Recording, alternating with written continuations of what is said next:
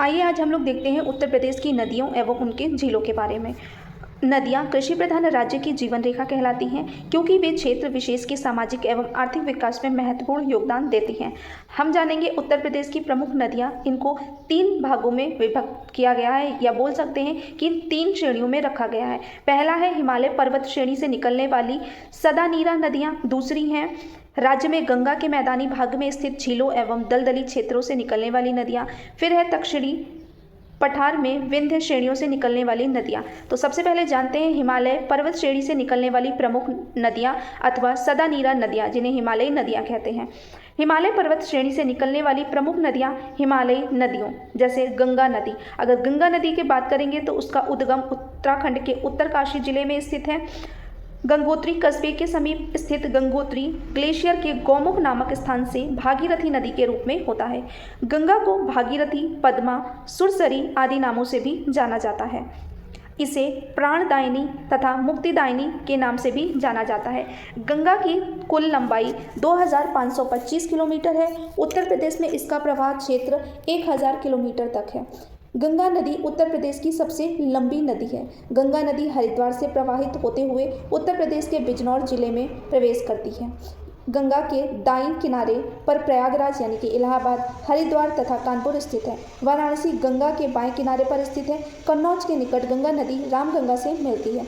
राज्य जैसे बिजनौर, मेरठ, मुजफ्फरनगर, बुलंदशहर, हापुड़, अमरोहा, संभल, अलीगढ़, कन्नौज, शाहजहांपुर, बदायूं, फर्रुखाबाद, कांपिल्य, कांसल, कानपुर देहात, कानपुर नगर, हरदोई, उन्नाव, प्रयागराज, कौशाम्बी, फतेहपुर, रायबरेली, प्रतापगढ़, भदोई, मिर्ज़ापुर, चंदौली, वाराणसी, गाजीपुर और बलिया आदि 28 जिलों से प्रवाहित होते हुए गंगा नदी बिहार में प्रवेश करती है। गंगा, यमुना और पौराणिक नदी सरस्वती का संगम प्रयागराज में होता है, जिसे त्रिवेणी संगम भी कहा जाता है। यहाँ प्रत्येक 12 वर्ष में कुंभ का मेले का आयोजन होता है। वर्ष 2008 में गंगा नदी को राष्ट्रीय नदी का दर्जा प्रदान किया गया। अब बात करते हैं सहायक नदियों जैसे यमुना नदी। गंगा की सर्वाधिक महत्वपूर्ण सहायक नदी यमुना का उद्गम स्थल बंदरपुर के पश्चिमी ढाल पर स्थित यमुनोत्री हिमनद उत्तरकाशी है। यह हिमनद उत्तरकाशी के गर्म स्रोत से 8 किलोमीटर उत्तर दिशा में स्थित है। यमुना नदी को कालिंदी व सूर्यपुत्र भी कहा जाता है। इसकी कुल लंबाई 1376 किलोमीटर है। मैदानी भाग में प्रवेश करने से पूर्व इसमें टोनस, गिरी, आसन आदि नदियाँ मिलती हैं। यमुना नदी के किनारे राज्य के प्रमुख नगर आगरा, नोएडा, मथुरा एवं इटावा आदि अव्यवस्थित हैं। आगरा का ताजमहल व आगरा का किला यमुना नदी के तट पर अव्यवस्थित है। नोएडा के समीप यमुना में बाईं ओर से हिंडन नदी मिलती है।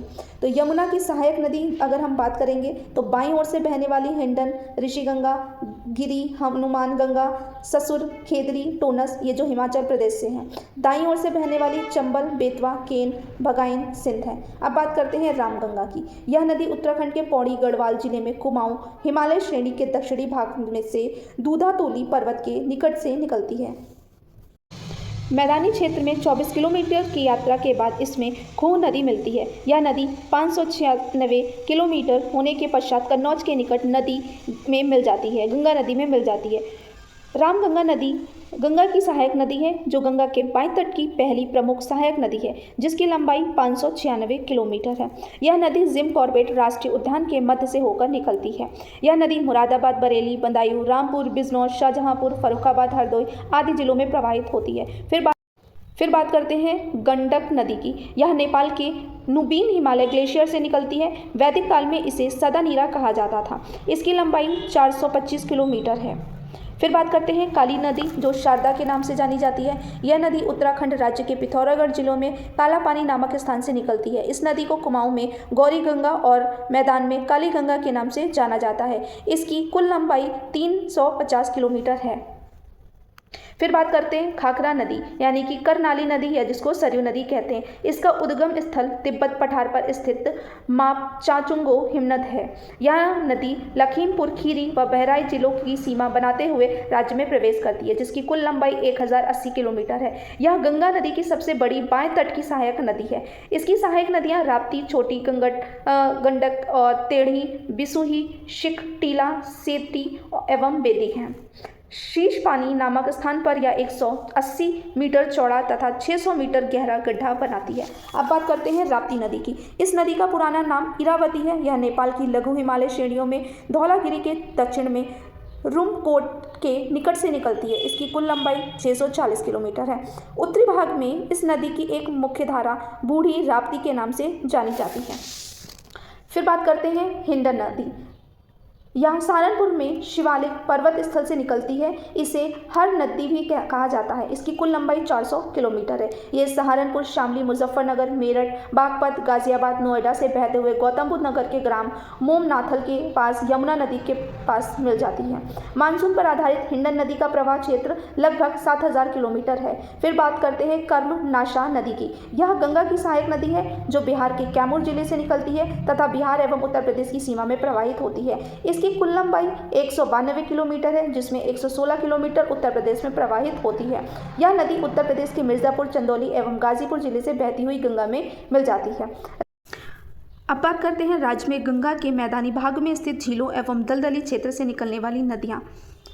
बात करते हैं गोमती नदी की। यह राज्य के पीलीभीत जिले में स्थित पगनैली, फुलहर, तालिया, गोमत ताल से निकलती है, जो एक दलदली क्षेत्र है। गोमती नदी की कुल लंबाई 940 किलोमीटर है। यहाँ सहायक नदी सई है। जो गोमती नदी की जो सहायक नदी है वो सई है। इसकी लंबाई 563 किलोमीटर है। गोमती नदी पीलीभीत से शाहजहांपुर, लखीमपुर खीरी, सीतापुर, लखनऊ, सुल्तानपुर तथा जौनपुर आदि जिलों से प्रवाहित होती हुई गाजीपुर के निकट कैथी नामक स्थल पर गंगा से मिल जाती है। पर्यावरण प्रदूषण के कारण गोमती नदी को जैविक आपदा घोषित किया गया। वरुणा नदी। इस नदी का उद्गम स्थल फूलपुर प्रयागराज है। वाराणसी में गंगा नदी से मिलती है, जिसकी कुल लंबाई 100 किलोमीटर है। फिर बात करते हैं पांडु नदी की। पांडु नदी का उद्गम कन्नौज के हर्षरेन क्षेत्र से कंसुआ झील से होता है, जिसकी लंबाई 120 किलोमीटर है। पांडु नदी उत्तर प्रदेश में प्रमुखतः 5 जिलों से प्रवाहित होती है। अपने इस प्रवाह में पांडु नदी फर्रुखाबाद से निकलकर राज्य के फतेहपुर, कानपुर नगर, कानपुर देहात एवं कन्नौज के कई क्षेत्र व गांवों से होकर गुजरती है। अब बात करते हैं दक्षिणी पठार में विंध्य श्रेणियों से निकलने वाली प्रमुख नदियां और प्रायद्वीपीय नदियां। सबसे पहले आती है चंबल। यह मध्य प्रदेश मालवा पठार में महू, इंदौर के निकट जनापाव पहाड़ी यानी कि जिसकी ऊंचाई 600 किलोमीटर है, वहां से निकलती है, जिसकी कुल लंबाई 1051 किलोमीटर है। यह नदी उत्तर एवं उत्तर पश्चिम दिशा में प्रवाहित होते हुए राजस्थान व मध्य प्रदेश की सीमा पर तथा आगरा व इटावा की सीमा बनाते हुए औरैया को मुरादागंज के पास इटावा में 40 किलोमीटर दूर पंचनदा नामक स्थान पर यमुना नदी में मिल जाती है। इसकी प्रमुख सहायक नदियां काली, सिंधु, पार्वती, सिप्ता एवं बनारस हैं। राजस्थान, मध्य प्रदेश और उत्तर प्रदेश के मिलन बिंदु के समीप चंबल की लगभग 425 किलोमीटर लंबाई को राष्ट्रीय चंबल नदी उद्यान घोषित किया गया है। चंबल नदी पर कोटा बैराज, राणा प्रताप सागर, गांधी सागर एवं जवाहर सागर बांध निर्मित किए हुए हैं। बात करते हैं बेतवा यानी कि वेत्रवती नदी का। इसका उद्गम विंध्याचल श्रेणी में रायसेन जिले मध्य प्रदेश के कुमरा गांव से होता है। इस नदी पर पारीछा बांध यानी कि झांसी स्थित है तथा माता टीला बांधी यानी कि ललितपुर में इसी पर बना है। यह नदी भोपाल के दक्षिण पश्चिम से निकलकर ग्वालियर होते हुए उत्तर प्रदेश के ललितपुर, झांसी, जालौन से होती हुई हमीरपुर के निकट यमुना नदी में मिल जाती है। इसकी कुल लंबाई 590 किलोमीटर है। फिर बात करते हैं केन नदी की। यह नदी कैमूर की पहाड़ियों के उत्तरी ढाल से निकलने है तथा बुंदेलखंड से होती हुई बांदा में प्रवेश करती है। यह कर्णवती के नाम से भी जानी जाती है। इस नदी की कुल लंबाई 427 किलोमीटर है और यह मध्य प्रदेश में 292 किलोमीटर, उत्तर प्रदेश में 84 किलोमीटर तथा 51 किलोमीटर दोनों राज्यों के बीच सीमा बनाते हुए प्रवाहित होती है। उत्तर प्रदेश का बांदा शहर इस नदी के तट पर बसा हुआ है। बात करते हैं सोन नदी की। यह अमरकंटक की पहाड़ियों से नर्मदा के उद्गम स्थल के निकट शेषाकुंड नामक स्थान से निकलती है। इसकी कुल लंबाई 784 किलोमीटर है। मध्य प्रदेश में पूर्व की ओर बहने के बाद उत्तर प्रदेश के सोनभद्र में बहती हुई यह नदी बिहार में प्रवेश करती है। बनास, गोपत, रिहंद एवं कोहड़ इसकी प्रमुख सहायक नदियां हैं। रिहंद नदी। सोन की सहायक नदी रिहंद नदी का उद्गम छत्तीसगढ़ के मनियत पठार की मतिरंगा पहाड़ी से होता है। इसकी कुल लंबाई 250 किलोमीटर है। यह नदी राज्य के सोनभद्र जिले से बहती हुई सोन नदी में मिल जाती है। भारत का सबसे बड़ा कृत्रिम जलाशय गोविंद वल्लभ पंत सागर जलाशय का निर्माण इस नदी पर किया गया है। फिर बात करते हैं तमसा यानी कि टोंस नदी का। यह मध्य प्रदेश में कैमूर की पहाड़ियों में स्थित मैहर के निकट तमसा कुंड नामक जलाशय से निकलती है। इसकी कुल लंबाई 110 मीटर ऊंचा बिहार जलप्रपात अवशिष्ट है। इसकी कुल लंबाई 265 किलोमीटर है। इस नदी के मार्ग में कई जलप्रपात है, जैसे बिहार जलप्रपात, चचई प्रपात, केतकी प्रपात, ओडा प्रपात, पूर्वा प्रपात आदि। फिर बात करते हैं लास्ट सिंधु नदी, जिसे काली सिंध भी कहा जाता है। यह नदी राजस्थान के टोंक जिले के नैनवास नामक स्थान से निकलकर जमनपुर यानी कि जालौन के निकट यमुना नदी में मिल जाती है। इस नदी की कुल लंबाई 416 किलोमीटर है। आई होप आपको ये नदियों का बारे में यहाँ समझ में आया है। अब हम इससे रिलेटेड कुछ क्वेश्चंस करेंगे ताकि आपको एग्जाम में जो भी क्वेश्चंस पूछे जाएँ तो आप उनको बहुत आसानी से आंसर कर सकें।